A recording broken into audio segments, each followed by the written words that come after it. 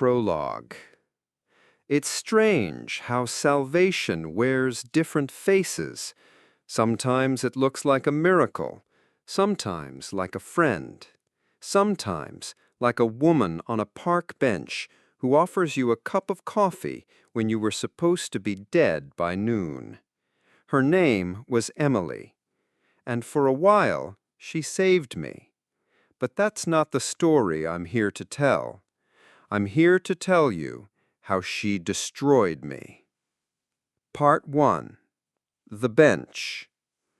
I was supposed to die that day. I had the pills in my coat pocket. I had written the note, sealed the envelope. I had even picked the spot, a quiet hotel room on the 12th floor. But instead, I sat on a park bench. She found me there, or maybe I found her. It doesn't matter. She had 2 cups of coffee. She handed me one without asking, as if she knew. "You look like someone who needs a better story," she said. I didn't answer. I drank, and she smiled. That was the beginning. Part 2. The Smile. Emily had a smile like a secret, calm, quiet, and utterly disarming. You didn't notice how close you were to it until it had already pulled you in. We met again the next day. I hadn't planned to go back to the bench, but I did. She was already there, sipping from the same paper cup. No questions, no expectations, just presence. "Ever feel like your life belongs to someone else?" she asked. I nodded. She laughed. "Good, then you're almost ready." "For what?" "To be seen." Part 3. The Apartment. Emily moved like a ghost that knew it was alive. Her apartment was full of mirrors. Every wall had one. None of them reflected correctly. "They show you what you forget," she told me. "Forget what?" "Yourself." She never explained more than that. But I watched those mirrors for hours, and in each one, something shifted. Sometimes it was just a tilt of the head, sometimes the eyes, sometimes it wasn't me at all. Part 4. The Journal. She gave me a notebook. "Write everything, even the things you haven't done yet." I didn't understand. "You will," she said. The first entry I wrote, "I met a woman who knows I'm broken." The second, "She likes me better that way." By the end of the week, the journal was full of things that hadn't happened. And then they did. Every single one. Part 5. The Phone Call. I hadn't spoken to my sister in 4 years. We had left too many things unsaid. I thought silence was safer. One night, Emily handed me my phone. "Call her." I shook my head. "You already wrote that you would," she said, flipping through my journal. Page 34. "I call my sister. I cry. She forgives me." I didn't remember writing that, but I called, and I cried, and she forgave me. Part 6. The Frame. There was a photo on her wall, black and white, a man and a woman on a bench, smiling. "Is that us?" I asked.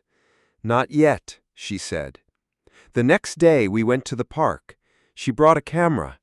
"It has to happen exactly right," she whispered. I smiled. She clicked the shutter. That night the photo was on the wall, only this time I was alone in it. Part 7. The Room with No Doors. It was raining when I found the room. Emily was gone. No note, no call, just a key on my pillow and a map with a red circle. I followed it.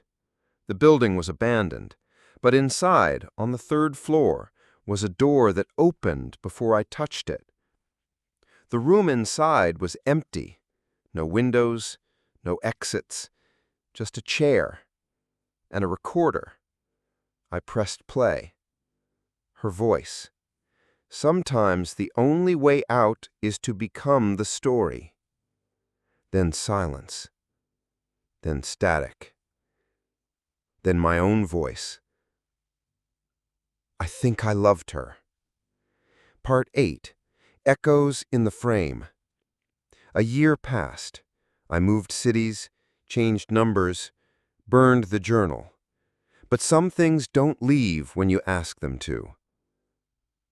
One morning I saw her on a billboard, not her exactly, but a model with her eyes, her smile.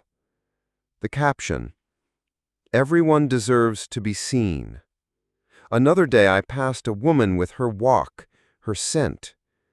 I turned to look. Gone. In every reflection, I half expected her face behind mine.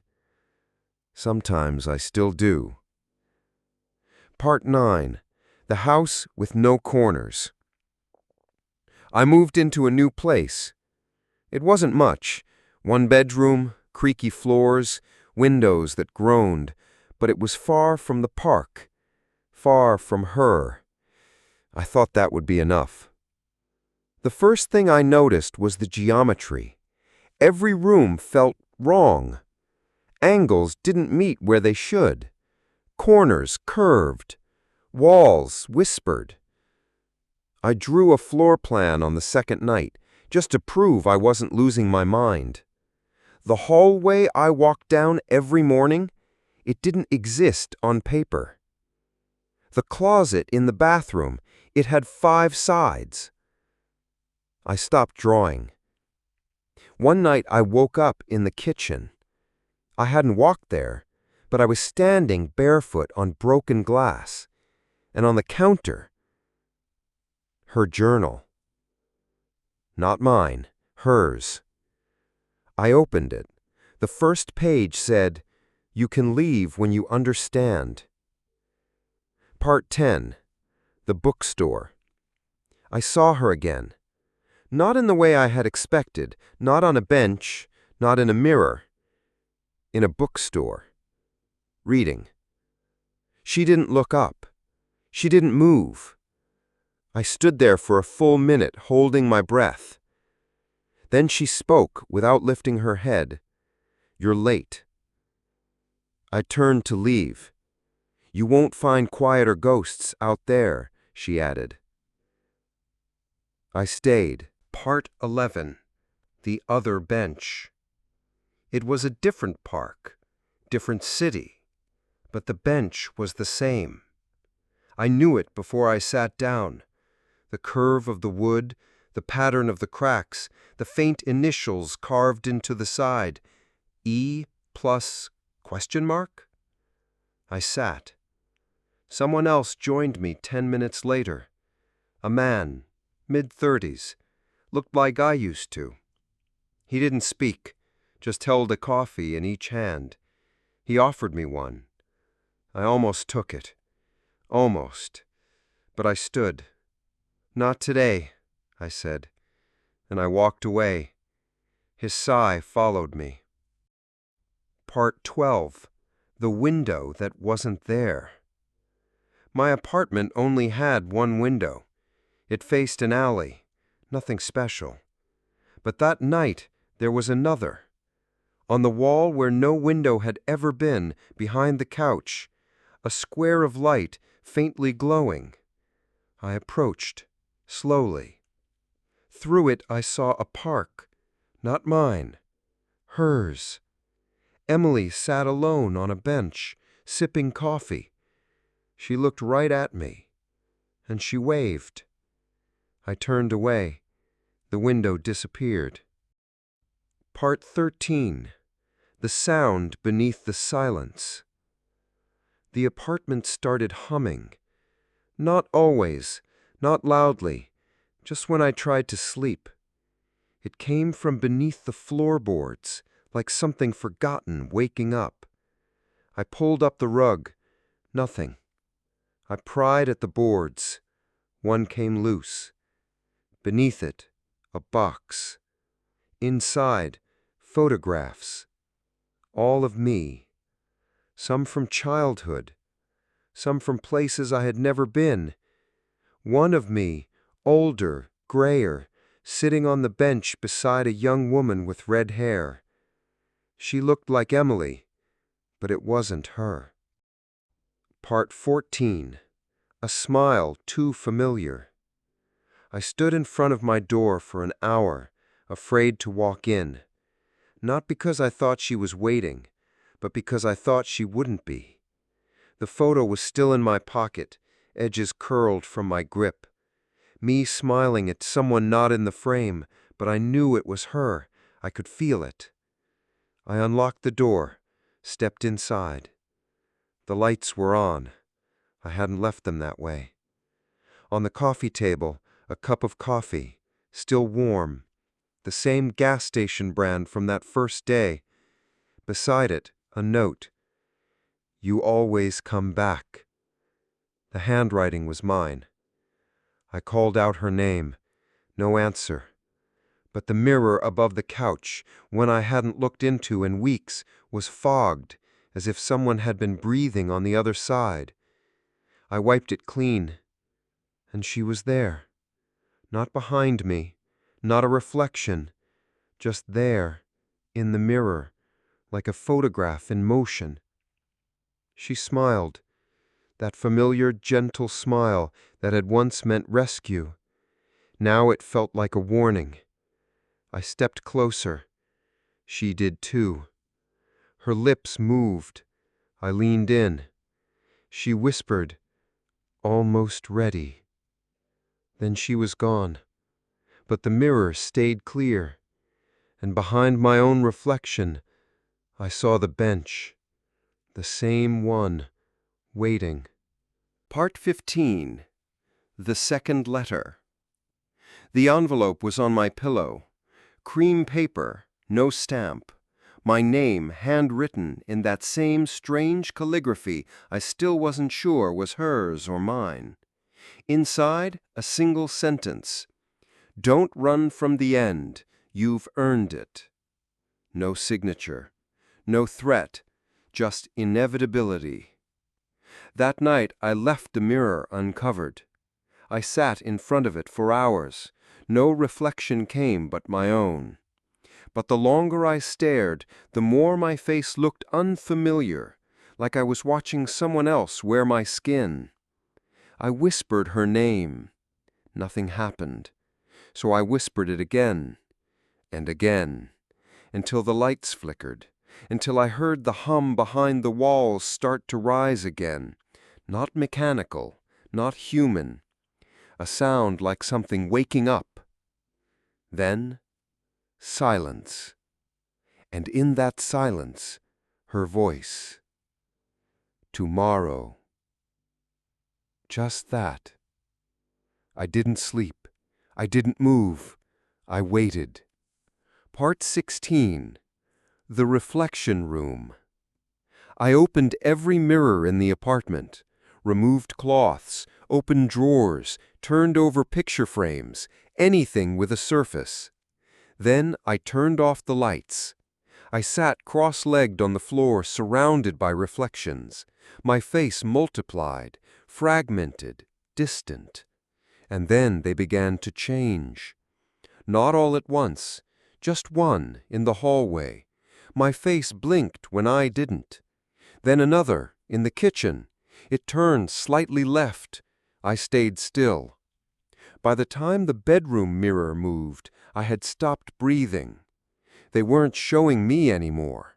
They were showing possibilities, versions of myself, smiling, crying, older, younger, some terrified, some blank. And in every one, standing behind me, her. Emily. Different clothes, different eyes, but the same presence. Then the reflections all spoke at once. Choose.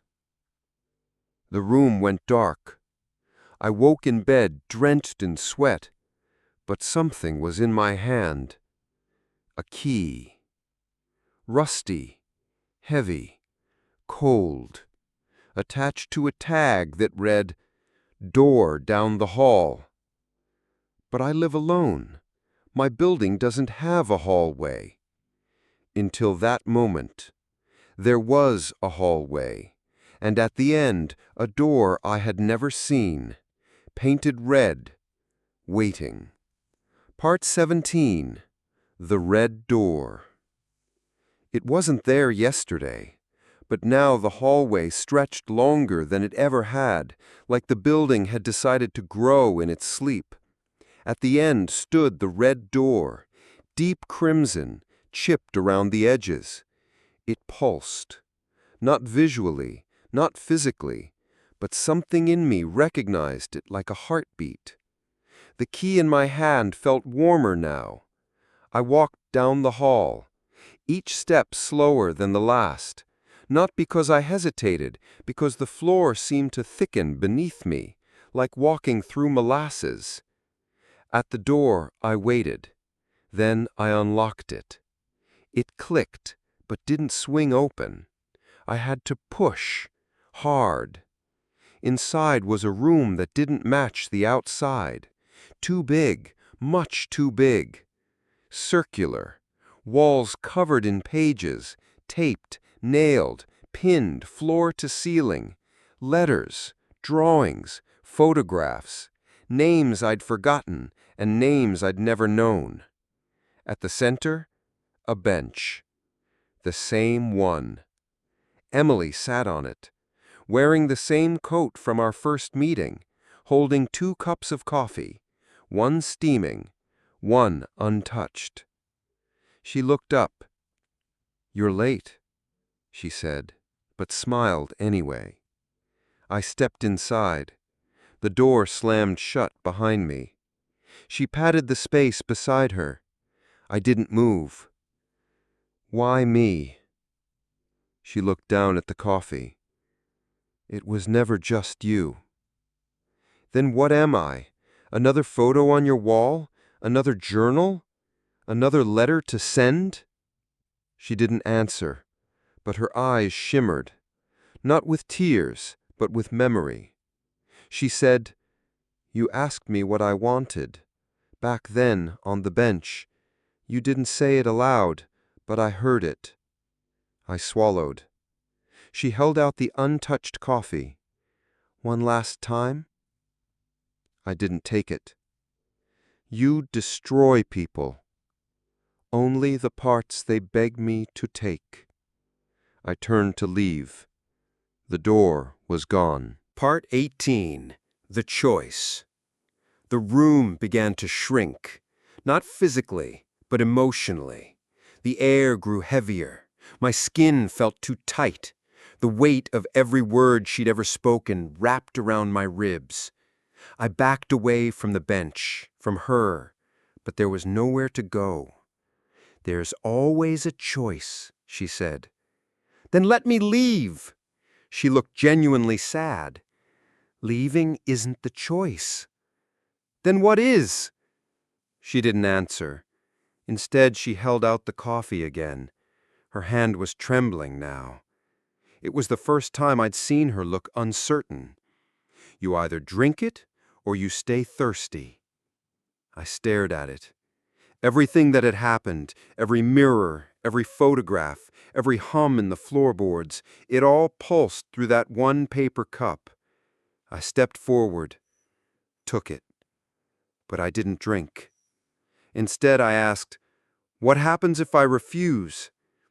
Emily tilted her head.